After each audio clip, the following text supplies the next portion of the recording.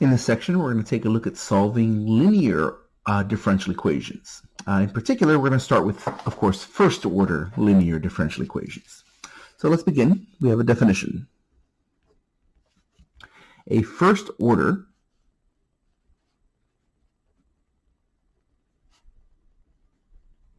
differential equation that has the form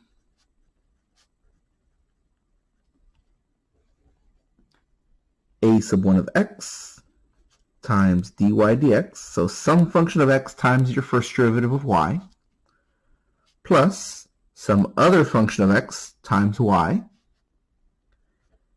equals some other function of x, which we'll label g. This is a linear equation in y.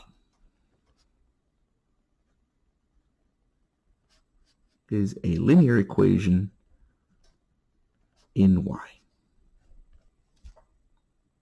So for example, if you had sine of x dy dx, or you could say y prime, plus the cotangent of x times y is equal to 1.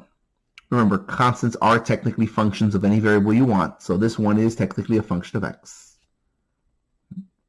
Another example would be something like dy dx plus x over x squared plus 1 times y equals e to the x. You have a function of x, which again, that's 1. Technically, that is a function of x. Function of x times dy dx plus a function of x times y equals a function of just x. No y's at all over here. These are both linear in the y function. Okay. Now, a little note here in terms of how we want to write things. If that lead coefficient is not 0, which of course if it is, that's not even a differential equation anymore. Right? If this lead coefficient function is not 0,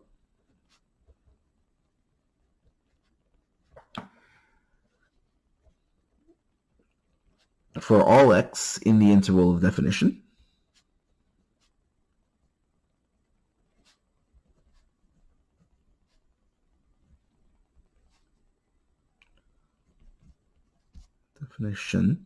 then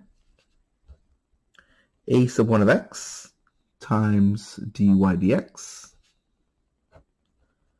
plus a sub 0 of x times y equals g of x can be rewritten as here we're going to divide everything by a sub 1. So it can be written as dy dx plus a sub 0 of x over a sub 1 of x times y equals g of x over a sub 1 of x. All I've done is I've divided both sides by a sub 1. When I do that, though, notice that the quotient of two functions with respect to x are just another function of x. Right? If I take a function of x divided by a function of x, I get another function of x. Same thing here. So now let a sub 0 of x over a sub 1 of x equal to, and we call it p. This is the way your textbook, this is the label your textbook uses, and that's a pretty common one in many textbooks. And we take g of x over a sub 1 of x, and we call that one q of x. Then our first order linear ODE can be written dy dx plus p of x times y equals q of x. Okay, let's be consistent. I'll use capital Q. Q of x like this. This is called the standard form. And this is the form that we're going to want things to be in so that we can actually solve using the technique that we're about to talk about. So this is called the standard form. So you want the dy dx plus a function of x times y plus a function of x. If it's not like this, then you want to rewrite it like this before you get started with anything else. standard form of a linear equation.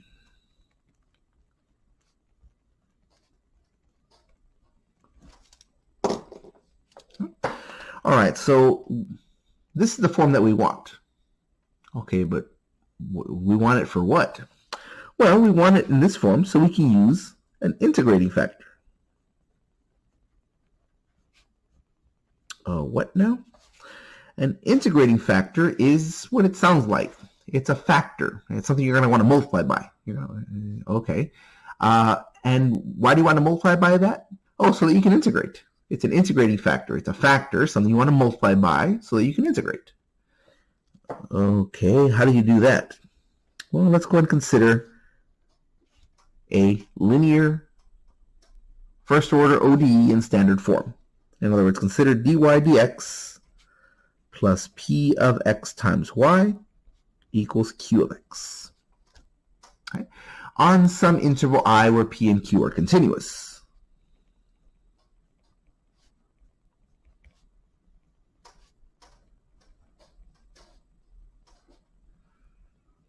And therefore differentiable. And therefore integrable, not differentiable, and therefore integrable. Okay, now, notice something about this. The left-hand side almost looks like the product rule, doesn't it? You have the derivative of y plus something times y. Notice that the left side of this pattern right here almost looks like the product rule. Well, no, it doesn't. Because the product rule would be the derivative of the first times the second plus the derivative of the second times the first. There's nothing here. You don't have any value here that works as the derivative of some other function. Oh, okay, so if I did have something there, then it would work, right? Yeah, I guess so. Okay, then that's what we're looking for. That's what we want. We want to find some factor, which,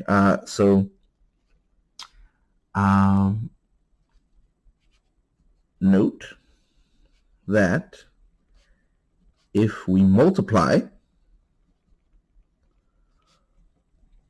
both sides by a factor, and here that factor is called mu. That's the Greek character mu of x. So we're going to multiply by a function mu of x. Note that if we multiply both sides by a factor of mu of x, the left side of this equation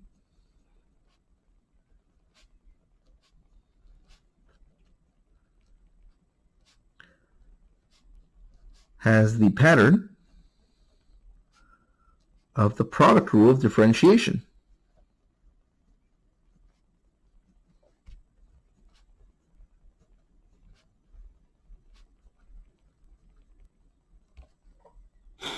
Okay, so what are we doing here? Well, it would look something like this. We're going to take dy dx, let me leave a little space in there, plus p of x times y equals q of x. And we're going to have something that we call mu. We don't know what that is yet, but we'll figure it out here in a moment. That we're going to just multiply all the way across. Okay, well, if as long as you're doing the same thing to everything on the equation, both sides, then yeah, nothing's technically changed, I guess. Okay, so it looks like this. But the way that looks is exactly the same that you would get when you applied the product rule on something like this. So if you took the derivative with respect to x of mu of x times y, okay, and we're just taking the derivative using the product rule from Cal 1. You would take the derivative of this first one. Let me try to keep it looking like this. So I would leave the first one alone. So mu of x times the derivative of the second one. Okay, so dy dx. Plus, then I would take the derivative of the first one. So that would be the derivative with respect to x of mu of x times y. But that's this pattern. Mu times dy dx plus something times y. Oh, so then this derivative of mu matches up with the mu of x times p of x. So if you can find a mu of x that does that, so that the derivative of mu of x is mu of x p of x, then this left-hand side is nothing more than the product rule. So let's do that. So what we want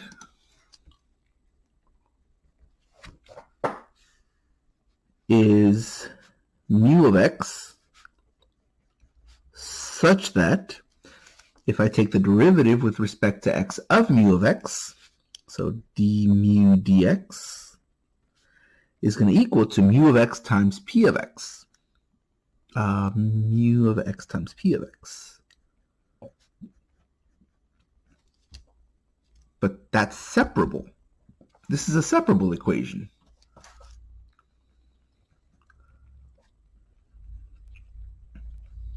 Here what we can do is we can say, okay, here that's going to be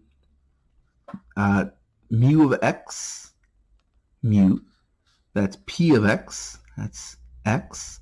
So here I'm going to use that abusive notation that was mentioned when we talked about separable equations. If it's hard to keep straight what should go where, basically take the dx, bring it this way. That's not actually what's happening. This isn't the fraction, but it's a nice mnemonic. It's a good way to remind you which direction things are going in. All right, that's in the numerator. Leave it there. This is in the denominator. Move it over this way. So you're going to have a d mu. The dx comes over this way. So anything with a mu in it comes over this way. Okay, so that's being multiplied. So bring it over by dividing. And then over here, this came up over this way, and this function has nothing to do with mu. It's just p of x, so the p stays there. So there we go. We've separated, and now we can integrate with respect to mu on this side and x on this side. Okay. Here, if I equals. Here, if I integrate d mu over mu, that's just the natural log of the absolute value of mu.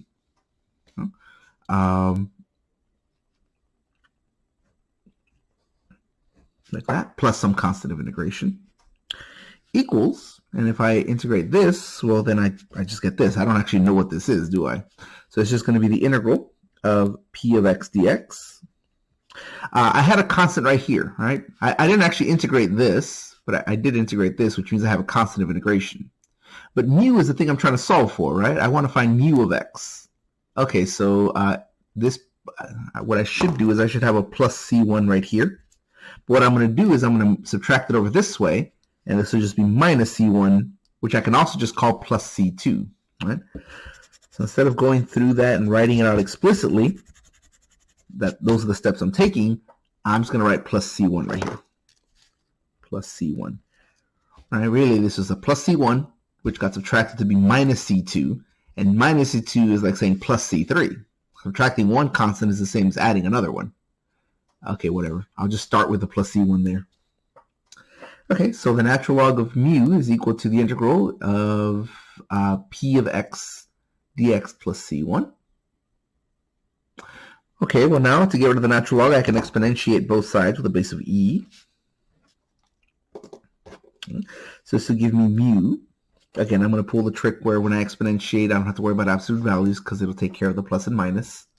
So don't even worry about the absolute values. It's going to be mu equals e to the integral p of x dx times e to the c1. So it's going to be mu equals, and now this is going to be plus or minus, right, to account for the absolute values. But whatever, plus or minus e to the c1, I'll just call that m1. So that's m1 e to the integral p of x dx. Like this. So this is an integrating factor. This is a function, mu. It is a function of x, notice. Everything's with respect to x. It is mu of x is a function such that if I multiply all the way across in my original problem by that mu, the left-hand side becomes nothing more than the use of the product rule. Okay, so if I know that it's the derivative of a product, then its antiderivative will be just this original product again. It's a factor that I can use that makes my integration easy. It's an integrating factor. Note here that any value of m will work. M1 is an arbitrary value. You can use 1, 17, 35, or negative 4 billion. But you know what? We don't need a bunch of different integrating factors. The integrating factor is not the solution to our differential equation. It's just some tool that we're going to multiply across by to make things easier. So any integrating factor will work. Since M1 can be any real number, obviously except for 0, because if it's 0, then you're multiplying everything times 0. Which, I mean, I guess that's true, 0 equals 0, but that doesn't get you anything useful. So M1 can be any value. Technically 0 also, but we never choose 0 because that one erases all of our information. We don't actually find a solution that way. Since M1 can be any value, we choose the simplest one.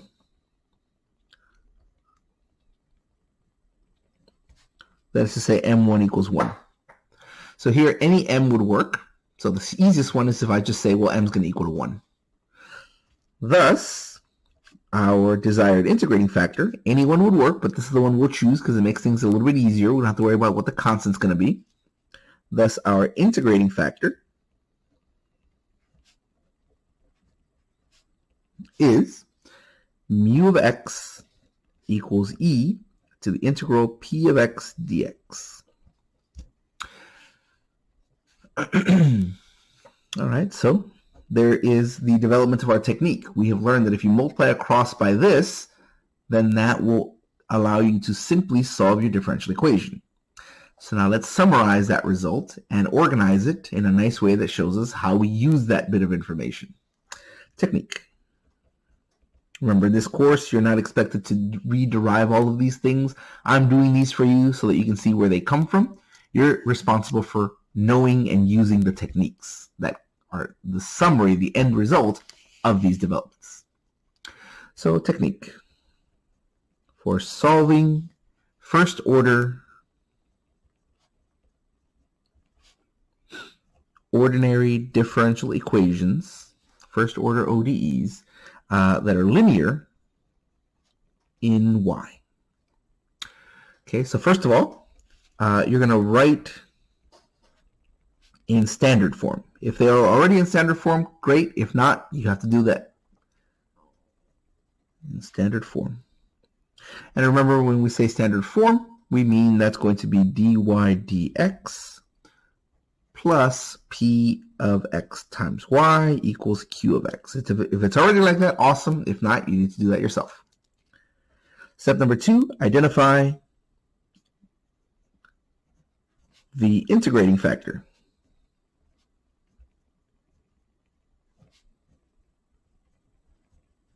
Identify the integrating factor. Mu of x equals e to the integral p of x dx.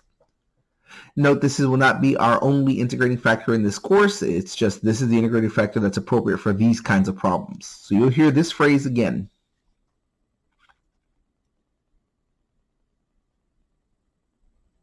Okay. Let's see here. Where the constant of integration of integral p of x dx is 0. When I say the constant of the integral is 0, that's the same as saying m1 is equal to 1, right? Because e to the 0 is 1. You can also say the coefficient is 1. Okay. Pardon me. Our next step, you're going to want to go ahead and use the integrating factor for what it's meant for. You're going to want to multiply across by that factor. Multiply across by mu of x on both sides of the equal sign.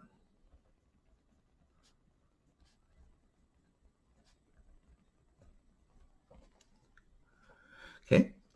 Next, you're going to want to integrate both sides. And once you've done this, the integration should be easy. Hence the name. It's an integrating factor. Once you multiply by that factor, integration is made easy. And then finally, if your problem is not already looking like this, you want to solve for y. Occasionally, by doing the integration, you're done. You already have y equals something. But if not, you do that yourself. And there we go. Here is the technique for solving a first order linear ODE. So let's take a look at an example here of just like that.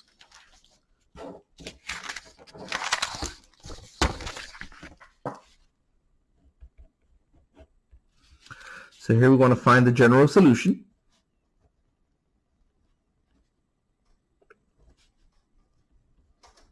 So not an IVP, not an initial value problem, but just the general solution of x, y prime plus 1 plus x times y equals e to the negative x sine of 2x. And we come out swinging because this is not a nice looking problem at first. All right, so here we go. First step, you're going to want to write everything in the standard form. You want the dy dx by itself. Okay, well, then divide everything by x. So our first step, we're going to write this as y prime plus 1 plus x over x times y equals, let's see, e to the negative x sine of 2x over x. So everything's in standard form now. All right, so now let's go ahead and find our integrating factor. Mu of x for these types of problems, mu of x is going to be e to the integral p of x dx. Remember, p of x is the function that's being multiplied times your y. This is your p and this is your q. All right, so that's going to be e to the integral of 1 plus x over x dx. Don't worry about the y, just the coefficient function, just the 1 plus x over x. Okay, well, let's see. I can separate that. I can write this as e integral 1 over x plus x over x is 1 dx. The integral of 1 over x is the natural log of x. Absolute value, right? Absolute value x. Plus the integral of x of 1 with respect to x is 1x. Plus a constant of integration, but again, the constant of integration we assume to be 0. That way our coefficient ends up equaling 1. So here we end up with e to the natural log of x plus x. Constant will be set equal to 0.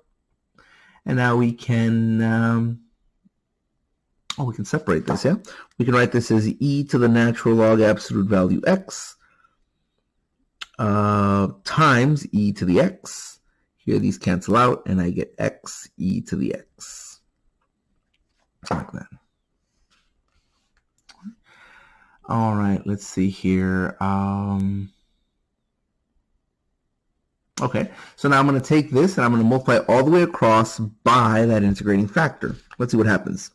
This is now going to be x e to the x y prime plus x e to the x times 1 plus x over x times y equals x e to the x times e to the minus x sine of 2x over x, which looks absolutely awful until it doesn't.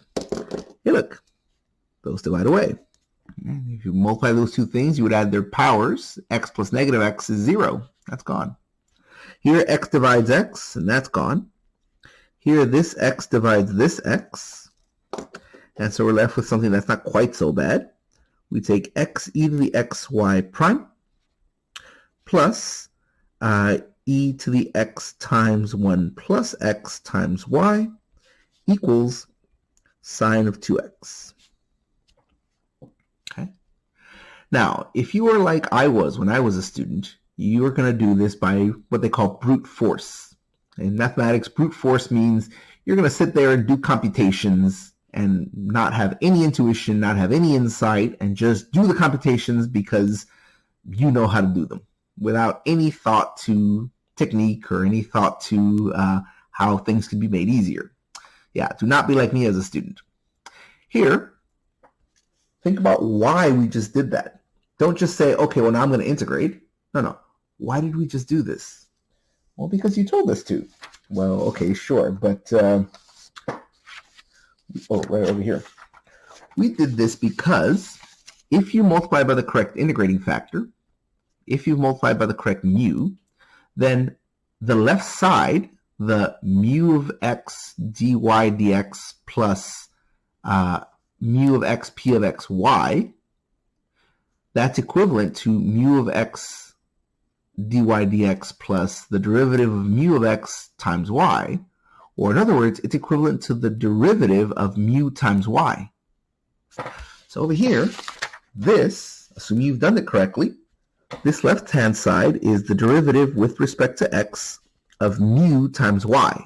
Okay, well, here's mu times y. If you're in doubt, you can check it. Hey, look, the first one times the derivative of the second plus the derivative of the first one using the product rule times the second. Hey, yeah, that's exactly right. This is the derivative of this thing. So when I go to integrate, I'm not going to sit here and do the brute force integration of each one, cancel and combine like terms, which you could, but you definitely should not.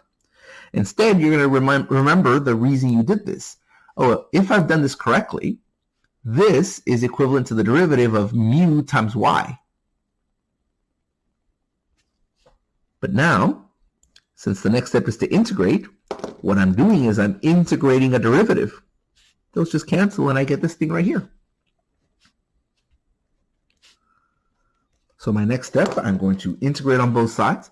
The integral of the derivative of this is just this.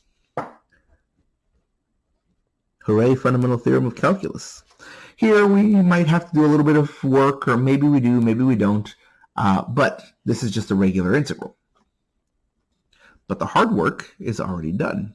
So here, let's see, what's this thing? Oh, this is just cosine. So it's going to be negative cosine of 2x, and then chain rule says I got to divide by the derivative of that, so divide by 2.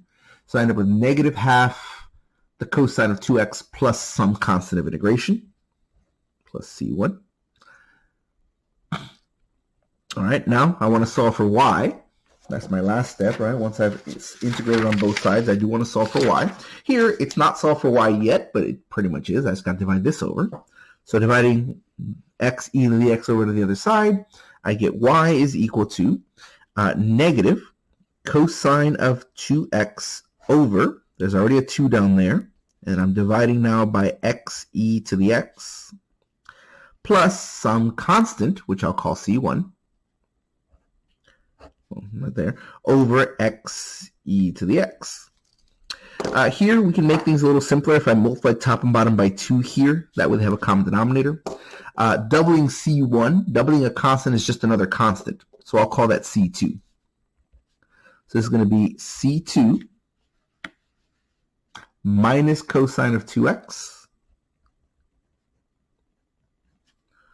over 2x e to the x. And there we go. This is our solution. Notice it's a one parameter family of solutions. That C2 is the only unknown constant, and it matches what we know, that a one parameter family of solutions is what you would expect for a first order differential equation, whether it be linear or any other form for that matter. A little vocabulary about this right here. One thing to note about this solution here, note,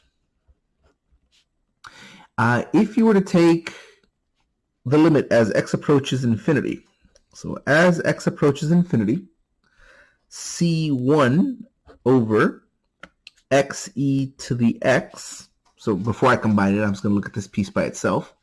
As x approaches infinity, a constant over something going to infinity will go to 0. Thus, as x approaches infinity, our solutions, whatever they are, approach, and yes, I forgot how to spell approach there for a second, approach negative cosine of 2x over 2x e to the x. As x approaches infinity, this part goes away, so this is the only part that will be left. Okay, so yes, there are a infinite number of terms, but as x approaches infinity, this thing that makes all of those terms different from each other, this thing that has that unknown constant, goes away. So eventually all of your solutions tend toward each other. When x is small, they're very different from each other. But as x grows to infinity, all of your solutions tend toward a single solution. Here, this term that is disappearing, this is called a transient term.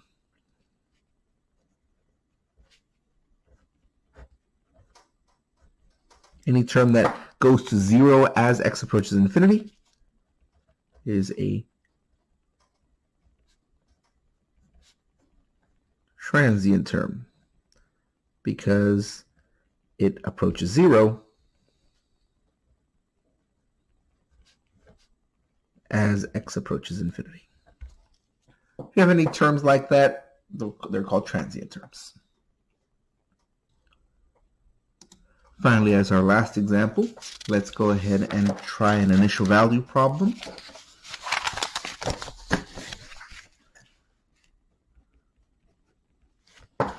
All right, so let's go ahead and solve. Oh, let's try this one. We'll do x squared dy dx plus y is equal to x squared sine of x, where we have some initial conditions here. Y at 1 is equal to the square root of e on the interval I given from 1 to infinity. Okay. All right, so here we go. First of all, we're never going to worry about our boundaries just yet. We're just going to worry about our differential equation. We worry about these at the end. First of all, make sure everything's in standard form. Divide everything by x squared, it looks like. So that's going to give me dy dx plus 1 over x squared times y equals, and dividing by x squared will make this x squared go away. So just sine of x. Okay. So now I want to find my integrating factor. So my mu of x is going to be the e integral of p of x dx, where the constant of integration should be 0. Okay, well, p of x is the coefficient function in front of your y. Okay, so that's going to be e to the integral of 1 over x squared dx, like this. And the integral of 1 over x squared is negative 1 over x. So this should be, right. So it's going to be e to the negative 1 over x, plus a constant of integration here, but again, we're going to set that equal to 0 each time. Okay. So now that's our integrating factor. We're going to go and multiply across by that. So this is going to be e to the negative 1 over x, 1 over x, dy dx, plus e to the negative 1 over x squared times y equals e to the minus 1 over x sine of x. Okay. Here, now remember, you could start by brute forcing this and trying to find an integral with respect to your function here with respect to x, but think about why you're doing this. Oh, because I've multiplied by an integrating factor. Okay, but why did you multiply by an integrating factor?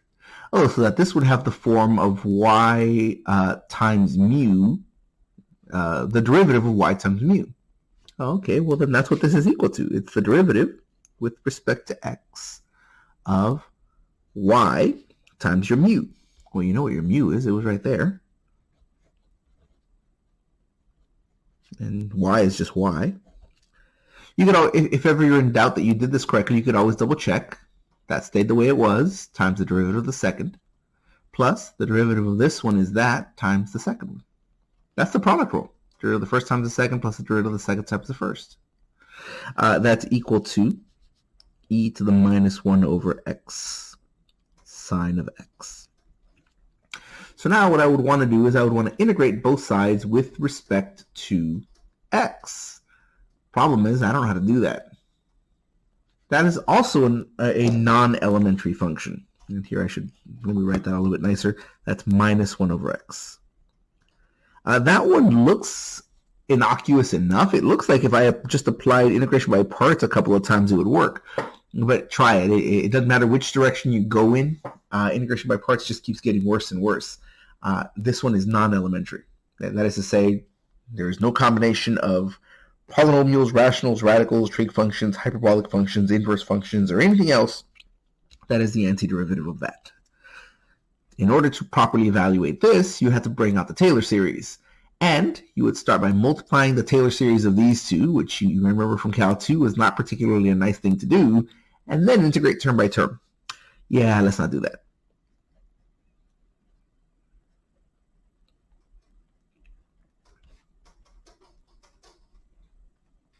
Okay, so instead of doing that, let's rely on the fundamental theorem of calculus, which says, hey, I can take the integral and leave it in a particular form as long as I'm on some interval from the initial value out to some arbitrary value. All right, so it's going to look like this.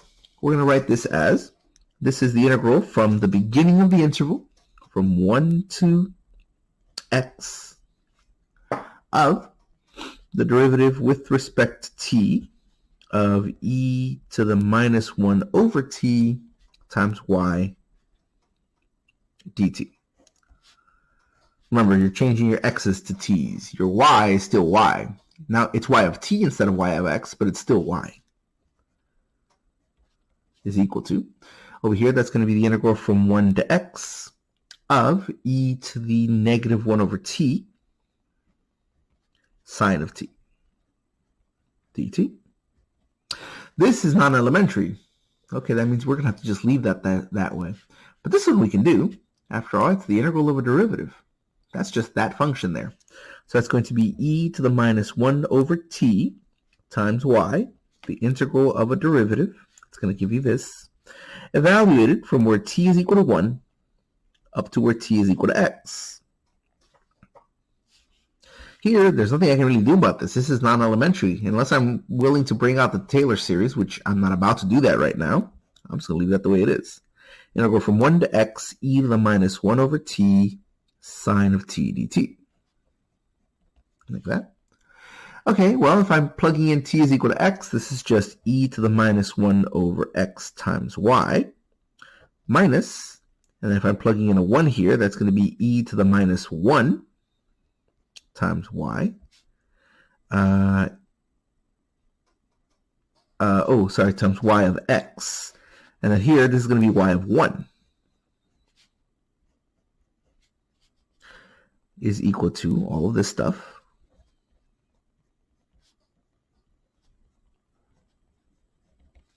Here, remember, y is not just a variable, it's a function. And in fact, it's a function of originally x, but when I change my variables, this is now a function of t. So here, this is y of t. So right here, when I plug in x, this is e to the minus 1 over x, e to the y to the x, y of x.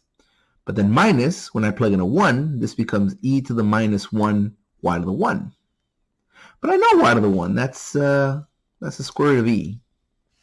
Okay, so that's going to be e to the minus 1 over x times y of x minus e to the minus 1 times the square root of e is equal to all of this stuff.